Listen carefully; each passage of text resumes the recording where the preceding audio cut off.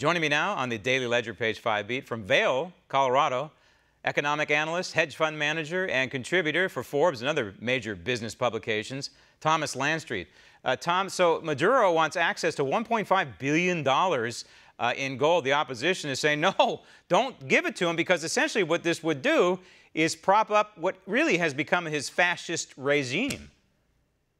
That's right. And by the way, Chavez began moving Venezuelan gold out of the central bank to Turkey some years ago. So what Maduro is attempting to do is just take the last vestiges of, by the way, this gold belongs to the Venezuelan people, and to take it and hide it in Turkey where it's completely hidden. It's opaque, and he can access it. And what he'll do with that money, of course, is use it against his citizens, Graham. He's going to buy arms, he's going to buy weapons, and he's going to buy off his generals and his army to make sure he further suppresses his people. The biggest lesson for us, Graham, is Chavez ran on a platform that sounds just like Ocasio-Cortez. Yep. It sounds just like the modern Democrat Party. Bernie Sanders is the other one he sounds a heck of a lot like. You know, Medicare for all.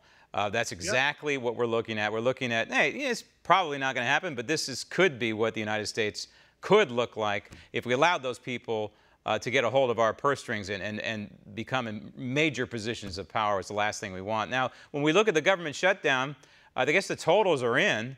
The damage is done in the billions of dollars. It's not hundreds of billions, but it is enough to build the wall at the southern border. Well, you know what I think of statistics. I'm very skeptical. The CBO has a very sketchy track record, by the way, of being able to score GDP growth.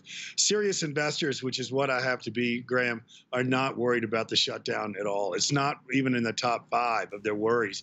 We believe it's going to be temporary, and we also know that the government is the least productive part of the economy.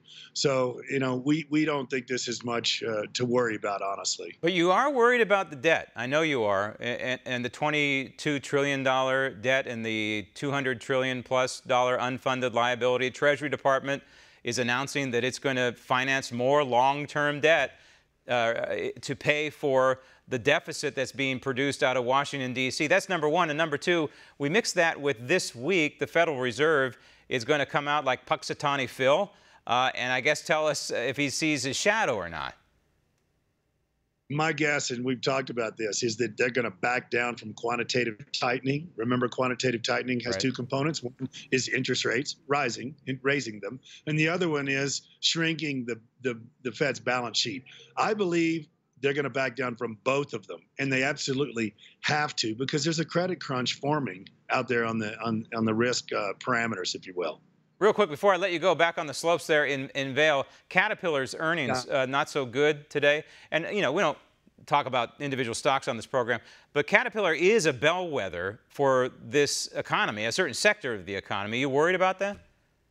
A little bit. I mean, they're one of the most globally traded companies, right? They source all over the world. They sell all over the world. They're a victim of two different things, which is a slowdown in trade, a slowdown in China, but also a slowdown in credit. If you look at the number, it turns out that their bad debts are rising. You know, they give credit to their buyers. Bad debts are rising. And also, you know, it's interesting. They had a $400 million problem with their pension. In other words, because of the declines in the U.S. stock market, they've had to actually do a write-down of $450 million based on their pension not performing up to snuff. Now, and also, you look at NVIDIA and their earnings. You know that most passive investors own the tech sector.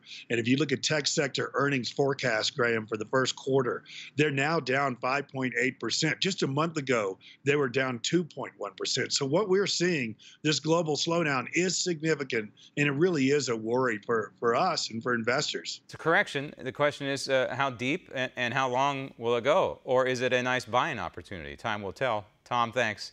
Want to see more videos like this? Click on the link below and subscribe to One America News on YouTube, and call your cable provider and kindly demand that One America News is added to your lineup.